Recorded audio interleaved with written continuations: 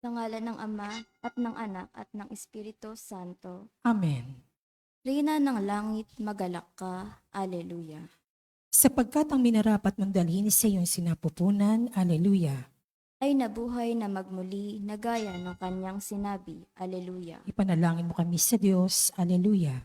Matuwa ka at magalak, O Birheng Maria. Alleluia. Sapagkat tunay na muling nabuhay ang Panginoon, Alleluia. Manalangin tayo. O Diyos, sa pamamagitan ng muling pagkabuhay ng iyong anak na si Jesucristong Panginoon namin, ay minarapat mong paligayahin ang mundo. Hinihiling namin sa iyo na alang-alang sa Birheng Maria na kanyang ina ay makamtan namin ang kaligayahan sa buhay na walang hanggan. Sa pamamagitan ni Jesucristong aming Panginoon. Amen. Sa ngalan ng Ama at ng Anak at ng Espiritu Santo. Amen. At ang mamumuno po sa ating banal na pagdiriwang ngayon ay ang ating bubutihing Kura Paroko, Reverendo Padre Douglas Dipadong. Purihin ng Panginoon, umawit ng kagalakan, at tugtugin ang gitara at ang kaaya-ayang lira. Ipan ninyo ang trumpeta, kaya Panginooy dinggin, ang landas niya'y tahakin, habang buhay ay purihin, kagandahang loob niya sa atin. Purihin ang Panginoon, umawit ng kagalakan, at tugtugin ng gitara at ang kaaya-ayang lira. Ipan ninyo ang trumpeta, ipan ng trumpeta.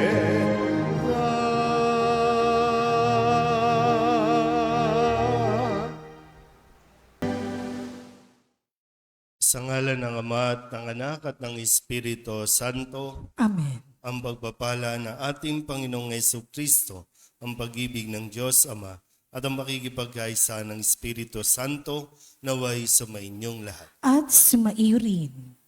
Mga kapatid, tinipon tayo bilang mga kaanib na angkan ng Diyos, kaya dumulog tayo sa Panginoong maawaing nagpapatawad ng lubos. Sinugong tagapagpagaling sa mga nagsisisi, Panginoon, kaawaan mo kami. Panginoon, kaawaan mo kami. Dumating na tagapaganyayang mga makasalanay magsisi, Kristo, kaawaan mo kami. Kristo, kaawaan mo kami. Nakaluklok ka sa kanan ng Diyos Ama para ipamagitan kami. Panginoon, kaawaan mo kami. Panginoon, kaawaan mo kami. Kaawaan tayo ng makapangyarihang Diyos, patawarin tayo sa ating mga kasalanan at patnubayan tayo sa buhay na walang hanggan. Amen. Manalangin tayo. Ama naming makapangyarihan, sa iyong mga isinilang sa tubig at Espiritu Santo, ang pinto ng langit ay binuksan mo. Dagdagan mo pa ang buhay na iyong bigay sa amin, upang sa mga dinalisay mo sa pagkamasuwayin ay hindi mahadlangang kamtin ang iyong paggiliw sa pamamagitan ni Jesucristo, kasama ng Espiritu Santo, magpasawalang hanggan. Amen. Magsiupo po lahat.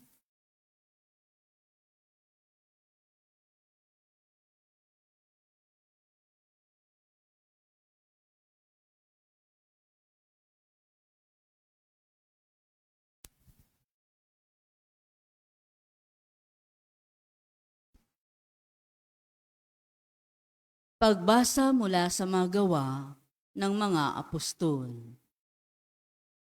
Noong mga araw na iyon, sinabi ni Esteban sa mga tao, sa matatanda at mga eskriba, napakatigas ng ulo ninyo. Di pa nababago ang inyong kalooban. Ayaw ninyong dinggin ang katotohanan. Kung ano ang ginawa ng inyong mga magulang, iyon din ang ginawa ninyo. Lumalaban kayong lagi sa Espiritu Santo.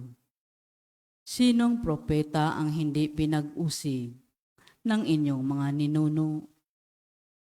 Pinatay nila ang mga humula sa pagparito ng matuwid na sa inyo namang ipinagkanulo at pinapatay. Tumanggap kayo ng kautosang ibinigay ng Diyos sa pamagitan ng mga anghel, ngunit hindi ninyo tinatalima iyon. Nang marinig ito ng mga bumubuo ng Sanhedrin, sila'y nagngalit dahil sa matinding galit kay Esteban. Ngunit si Esteban na puspos ng Espiritu Santo ay tumingin sa langit at nakita ang maningning na liwanag sa paligid ng Diyos at si Jesus na nasa sa kanyang kanan. Bukas ang kalangitan, sabi niya, at nakikita ko ang anak ng tao na nasa kanan ng Diyos. Tinakpan nila ang kanilang tenga at nagsigawan. Pagkatapos, sabay-sabay silang dumaluhong sa kanya. Kinaladkad nila si Esteban hanggang sa labas ng lungsod upang batuhin. Hinubad ng mga saksi ang kanilang mga kasuutan at iniwan sa isang binatang nagngangalang Saulo. At pinagbabato nila si Esteban. Nananalangin naman ng ganito, Panginoong Hesus, tanggapin mo ang aking espiritu. Lumuhod si Esteban at sumigaw ng malakas, Panginoon, huwag mo na po silang panagutin sa kasalanang ito. At pagkasabi nito, siya'y namatay. Kasang-ayon si Saulo sa pagkapatay kay Esteban. Ang salita ng Diyos. Salamat sa Diyos. Saan mong tugunan ang ating pong itutugon? Poon sa mga kamay mo, habilin ko ang buhay ko. Ulitin po natin. Poon sa mga kamay mo, habilin ko ang buhay ko. Tanging kublihan ko, ako ay ingatan, tagapagtanggol ko, aking kaligtasan, tagapagtanggol ko at aking kanlungan, ayon sa sabi mo, ako'y patnubayan, tugon. Poon sa mga kamay mo, habilin ko ang buhay ko. Sa mga kamay mo, habilin ko'y buhay ko, tagapagligtas kong tapat at totoo. Ikaw poon aking pinanaligan, magbubunyi ako, magsayang tunay, sa iyong pag-ibig na walang katapusan. Poon Tugon. sa mga kamay mo, habilin ko ang buhay ko. Itong iyong lingkod, sana ay lingapin. Ingatan mo ako't iyong pagpalain. Iligtas mo ako at iyong sagipin. Tanda ng pag-ibig na di nagmamaliw. Iyong kinalinga at iniingatan mo laban sa adhika ng masamang tao.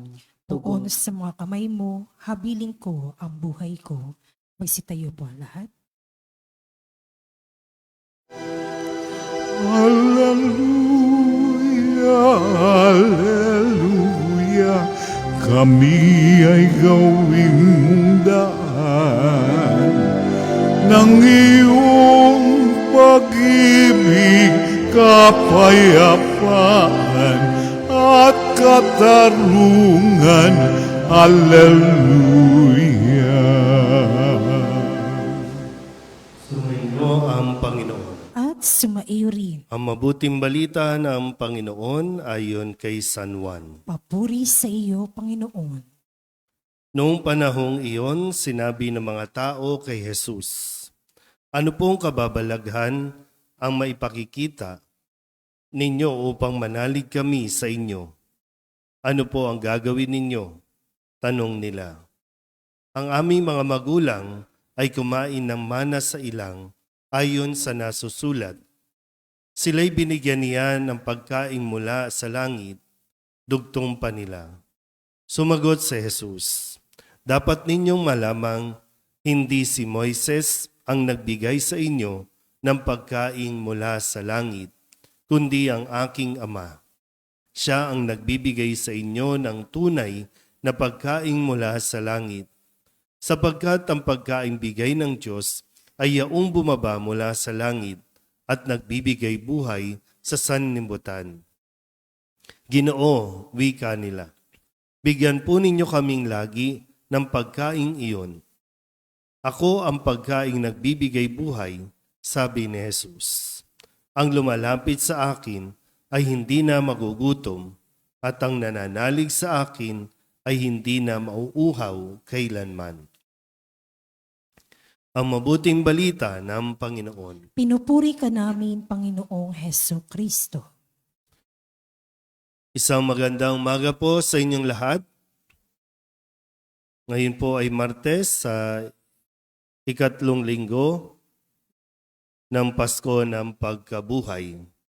At ngayon po ay naririnig natin ang pagsisimula din ng pagpapahayag ni Heso Kristo, ni Jesus, tungkol sa pagkain ng buhay. Ako ang pagkaing nagbibigay buhay. Ito yung ipinapaliwanag niya sa mga taong sumunod sa Kanya, sa mga taong nakakain nung pagkain na ibinigay ni Jesus, yung literal na sa ilang pirasong tinapay at isda, sila ay nabusog. At lumabis pa yung naipon ng mga tira-tira na pagkain, kung kaya't nilinaw ni Jesus yung kanila pong dahilan kung bakit sila sumunod kay Jesus at bakit nila hinahanap si Jesus. At muli, sa kanya pong pagpapaliwanag na siya ang pagkain nagbibigay buhay. Yung pagkain na hindi material, yung pagkain na hindi katulad ng iniaalok ng mundo. Kasi, totoo naman po, yung mga pagkain na kinakain natin araw-araw, yung kinain natin kahapon, mawawala na yan. Maglalaho na yan sa katawan natin. Ilalabas na nga natin yan mamaya. Ganun yung pagkain na binibigay ng mundo.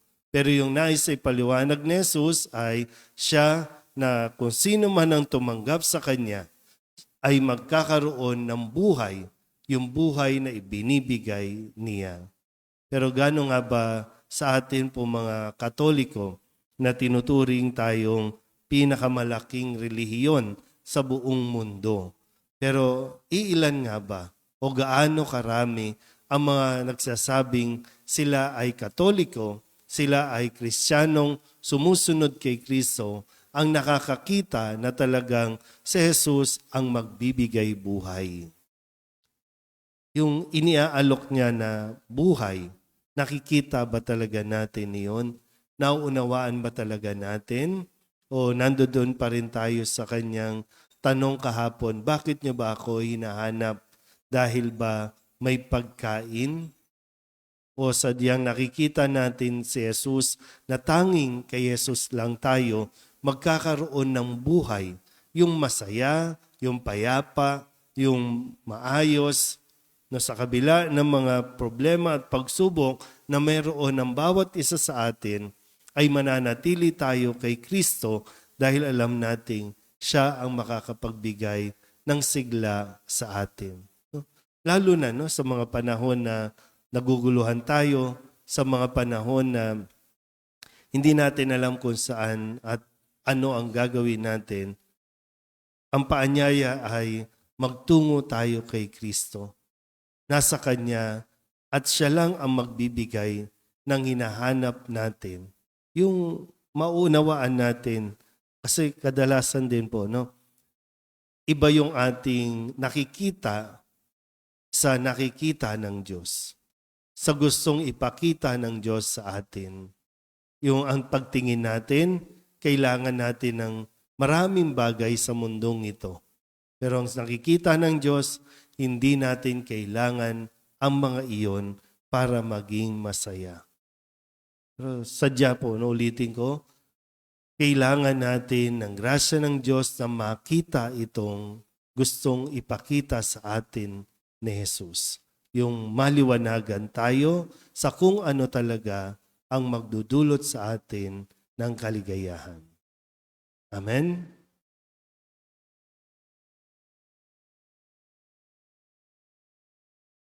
Inaanyayahan tayo na umasa kay Jesus upang makamit ang kasiyahang maibibigay lamang ng ipinangakong langit. Ang ating pong itutugon, Panginoon, dinggin mo ang aming panalangin. Panginoon, dinggin mo ang aming panalangin.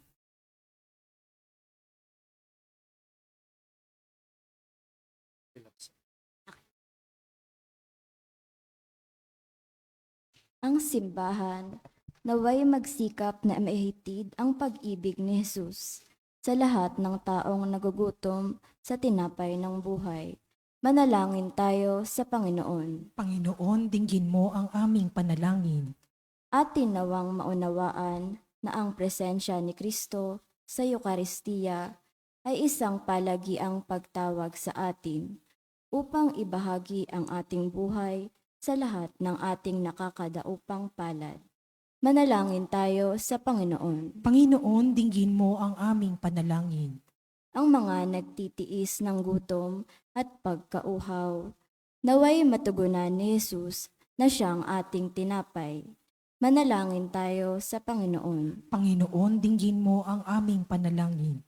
Ang mga may sakit, naway makakuha ng lakas sa pagtanggap sa Eukaristiya.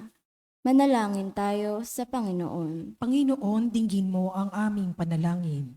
Ang mga pinalalakas ng Eukaristiya sa buhay na ito, naway muling buhayin sa huling araw. Manalangin tayo sa Panginoon. Panginoon, dinggin mo ang aming panalangin. Idulog din natin sa Panginoon ang ating mga personal na kahilingan, mga panalangin para sa ating mga pamilya, kasama ang mga kahilingan ng mga nanonood sa online. Lahat ng mga misang pasasalamat, espesyal na intensyon, agarap paggaling ng mga may sakit, at ang lahat ng mga kaluluwa na hinihiling na ipagdasal sa misang ito.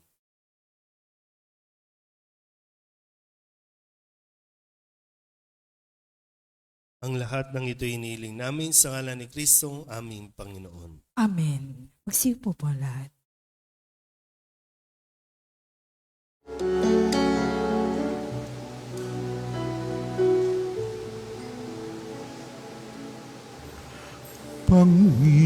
Panginoon,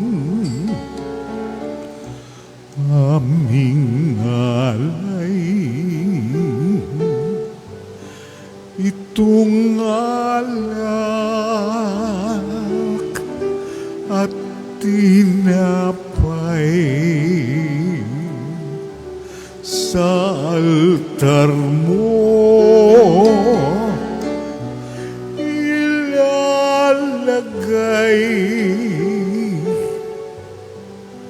Tanggapin sa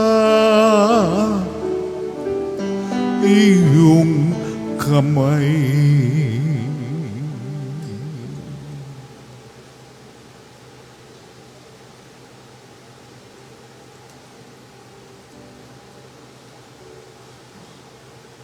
Manalangin kayo mga kapatid upang paghahain natin ay kalugdan ng Diyos sa mga makapangyarihan. Tanggapin nawa ng Panginoon itong paghahain sa iyong mga kamay, sa kapurihan niya at karangalan, sa ating kapakinabangan at sa buong sambayanan niyang banal. Ama naming lumikha, tanggapin mo ang mga alay ng iyong sambayanang natutuwa, ang pagkabuhay ng iyong anak na niloob mong aming ikatuwa ngayon ay papagbungahin mo ng galak na mananatili sa amin habang panahon, sa pamamagitan niya kasama ng Espiritu Santo magpasawalang hanggan. Amen. Sumainyo ang Panginoon. At sumaiyo rin, Itaas sa Diyos ang inyong puso at diwa. itinaas na namin sa Panginoon. Pasalamatan natin ang Panginoong ating Diyos. Marapat na siya ay pasalamatan. Ama naming makapangyarihan, tunay nga marapat na ikaw ay aming pasalamatan.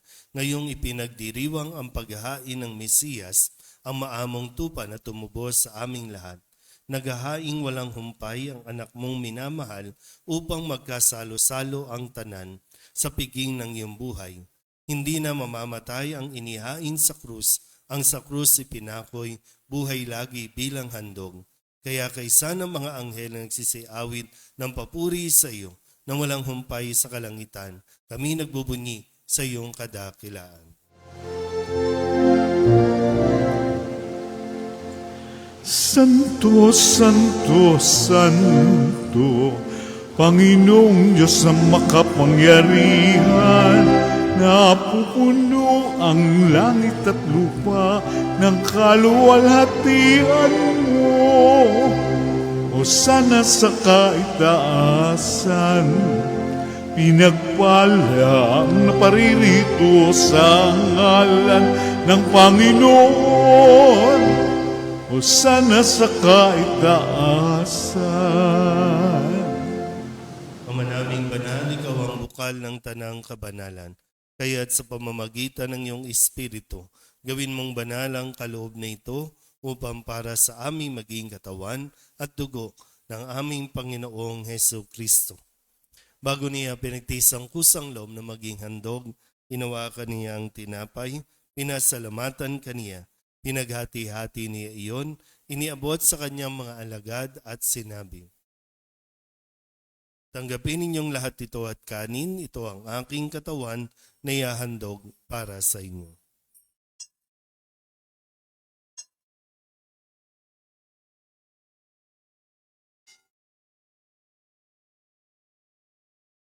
Gayundin naman nang matapos ang hapunan, inawakan niya ang kalis, muli kaniyang pinasalamatan. Iniabot niya ang kalis sa kanyang mga alagad at sinabi, "Tanggapin ninyong lahat ito at inumin. Ito ang kalis ng aking dugo, ng bago at walang hanggan tipan. Ang aking dugo na ibubuhos para sa inyo at para sa lahat, sa pagpapatawad ng mga kasalanan. Gawin ninyo ito sa pag-alaala sa akin."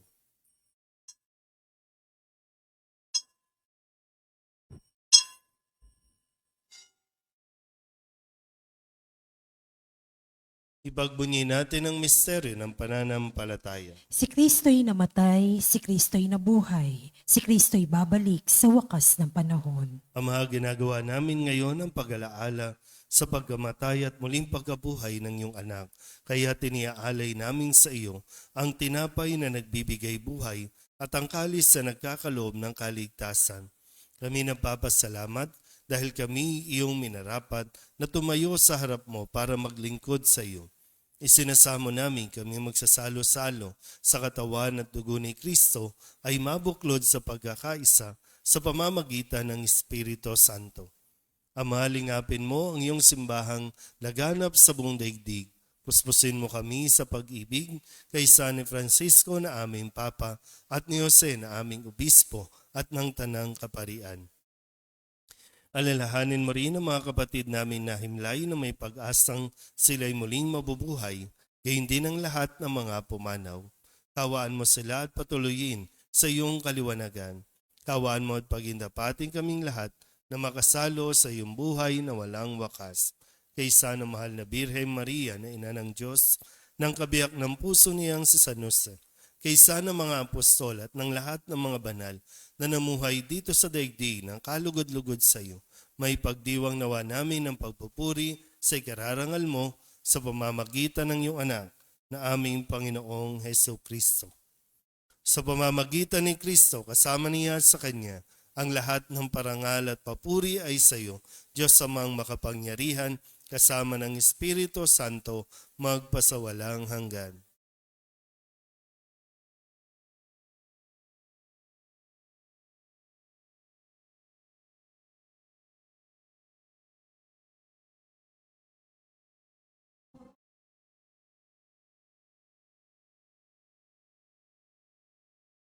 Sa tagubili ng manakagagali na utos at turo ni Jesus sa Panginoon natin at Diyos, ipahayag natin ang lakas loob.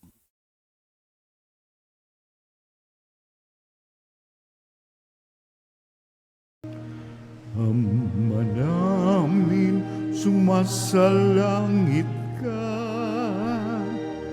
sambahin ang ngalan mo, mapasa ng kaharian mo, sundin ang loob mo. Dito sa lupa para lang sa langit, bigyan mo kami ngayon ng aming kakanin sa araw-araw, at patawarin mo kami sa aming mga sala, para ng pagpapatawad namin sa nagkakasala sa amin. At huwag mo kaming ipahintulot sa tukso, at diadya mo kami sa lahat ng masama.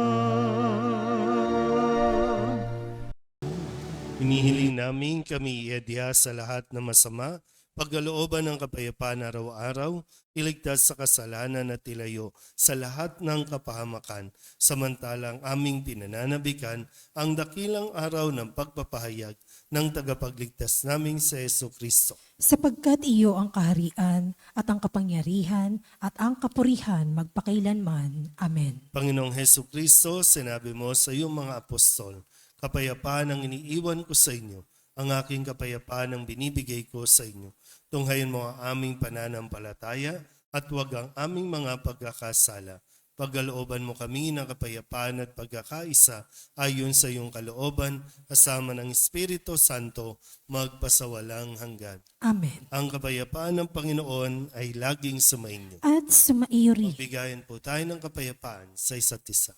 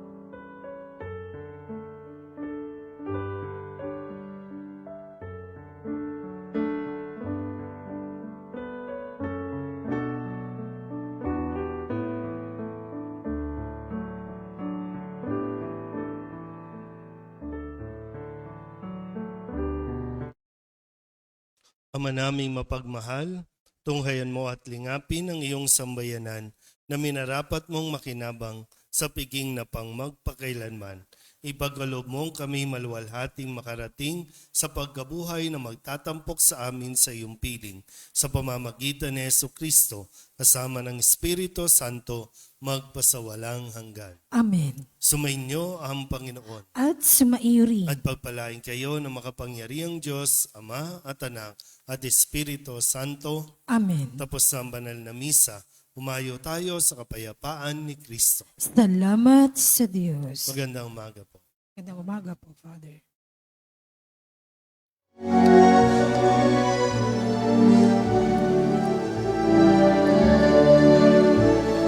Mayon at ipahayan, kanyang pagkalingat ama. Sa buhay, pag-ibig at katarungan, tanda ng kanyang kaharian.